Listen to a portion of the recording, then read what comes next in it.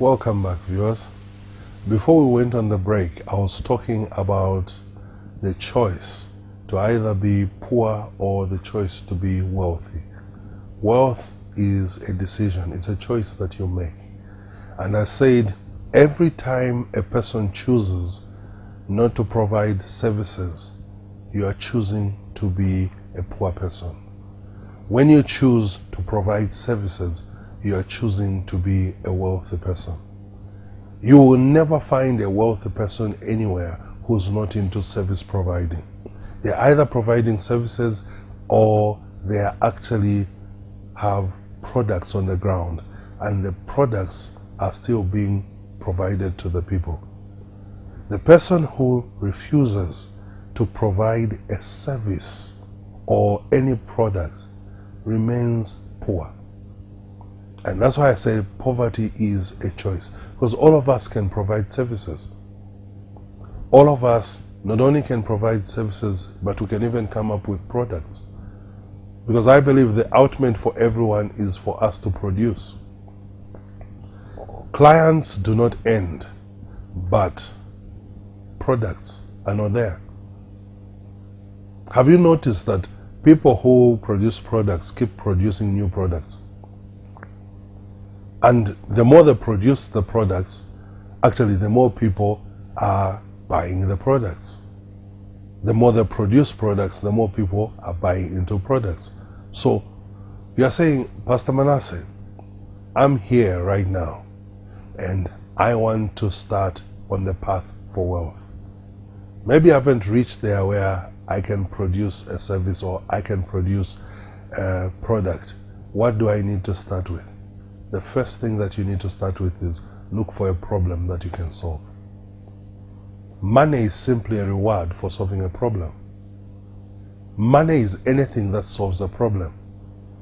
Anything that solves a problem is actually money. You can be paid by being a good listener. You can be paid by being discretive. You can be paid by being trustworthy. Anything that solves a problem creates money. So if money is a problem right now, the issue is not money being a problem. The issue is you need to bring out things that are going to solve problems. Then money will stop being a problem. Meaning that's where you need to start from. Do things that will solve people's problems. Create things that will solve people's problems. That's a starting place. Look at your neighborhood. What is lacking in your neighborhood? Who's taking care of the garbage situation? Who cleans the neighborhood? Who cleans the yards that are around you? Who supplies newspapers to your neighborhood?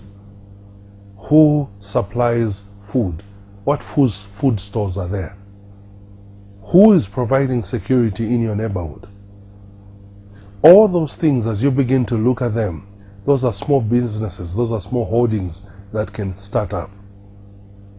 A lot of people have got an issue with capital. Say, oh, I don't have capital. You don't even need capital to start in the School of Wealth. What you need is first what I said in the other program, you need to have a strong why, meaning you need to have a strong reason why you need to have the money. Then from there, it pushes you into the next thing. You need to now get the knowledge, get the understanding.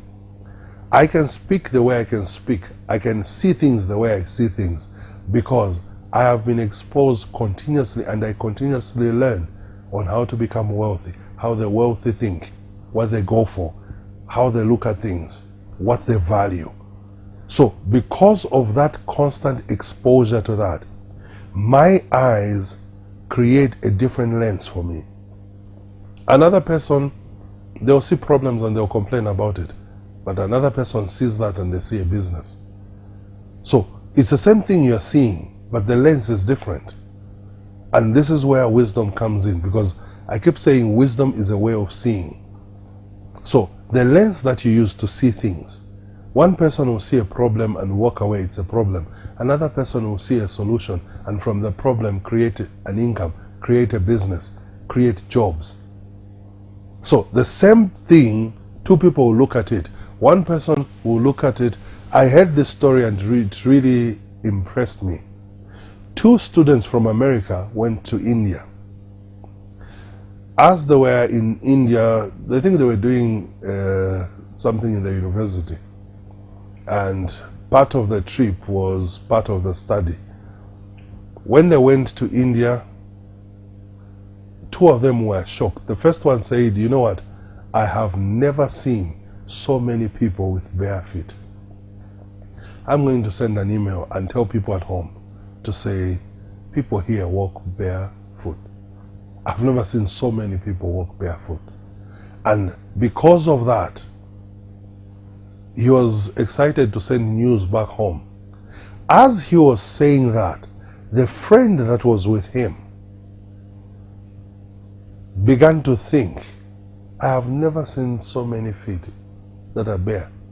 As he looked at that, what he saw was, look at so many bare feet that need shoes. The one who saw bare feet and was amazed about, talking about 1 billion people.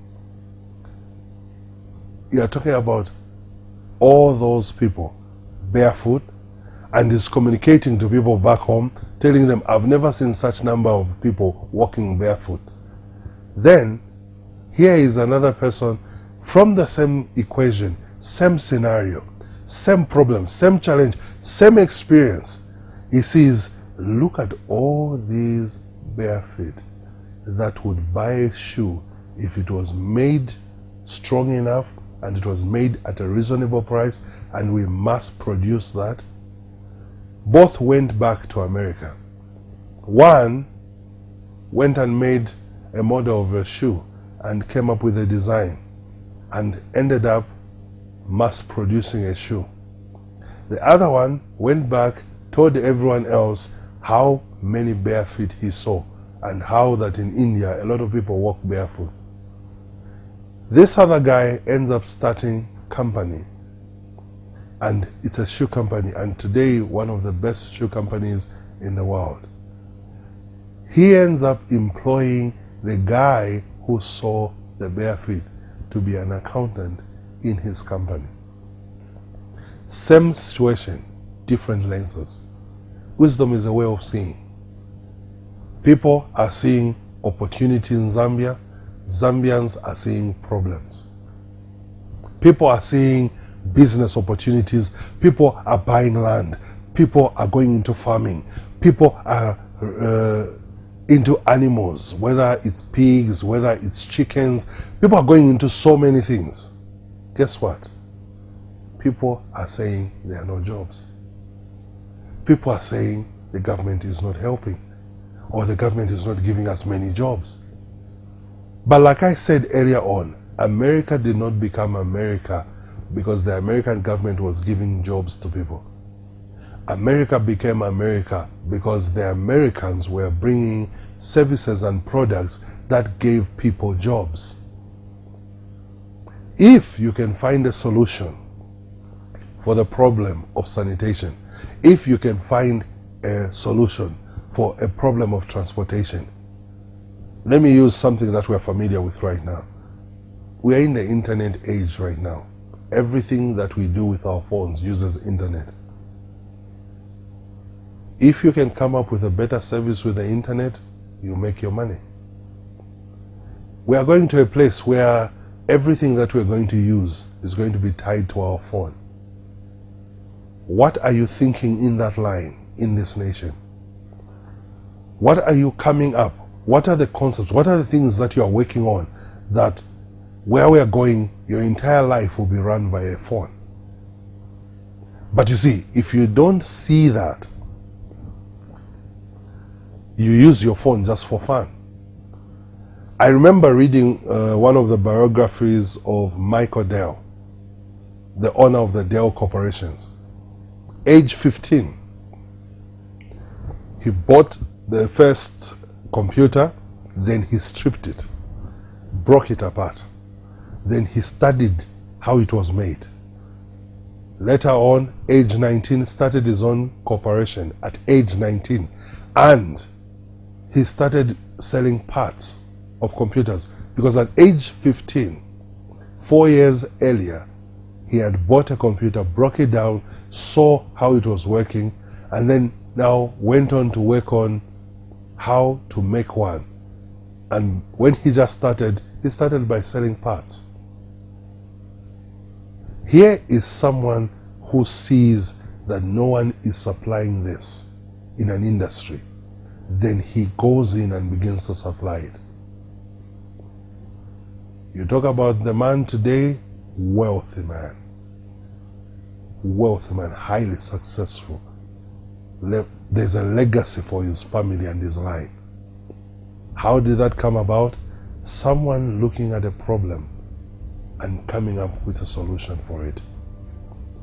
I want you to really begin to look at this nation and start thinking, what do I need to come up with in Zambia? What do I need to do? What do I need to bring on the table? What do I need to bring on the ground? What do I need to create? What problems are around me? What problems are being faced by people? If you can start thinking like that, I guarantee you, you have already made a decision to go to a wealthy place. Because all the wealthy people, as I've been studying on wealth and studying the lives of wealthy people, all of them, you can hardly talk about a wealthy person without talking about the service that they provide. Bill Gates, you talk about Microsoft. You talk about Warren Buffett, you talk about the companies that he has and the stock market and the shares that people have bought in and the services that he has given them. You talk about Walmart, look at the services that they were providing when it comes to retail. Look at Walt Disney. Disney today are one of the best entertainers of families. I watch animations from Disney. Awesome stuff. Do you know how Disney can entertain the whole world? It's a solution. Someone was thinking people will need something that has to do with family, something they can enjoy as a family. And today, when you hear about Disney as a destination tourist attraction, one of the best in the world. But look at it, someone thought of that. Someone thought of that. Anything that we are enjoying, someone thought of it. It was not always there. My question is, what are you supposed to think of which is not there right now that you are supposed to bring?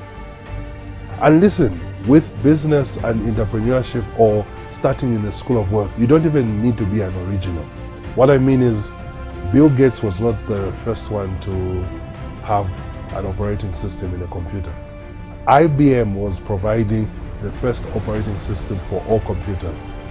He just studied what was there and came up with a better thing. Meaning, you can even look at every product, every service that we have in the country, every service that is there in the world. You can look at all the services that are being provided and you can begin to think, how can I bring about better services? When you have knowledge of history and you have knowledge of what is happening presently, you can tap into the future. When you know what has happened in the past and you know what is currently happening, you can predict the future. Meaning, your knowledge of the past history, your knowledge of the present gives you an eye and an edge on what is coming in the future.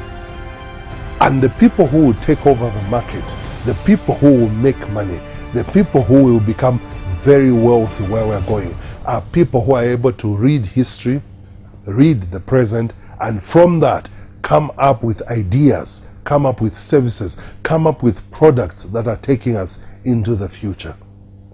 The question is, can you be that person? It's a choice. It's a choice. Wealth is actually a choice.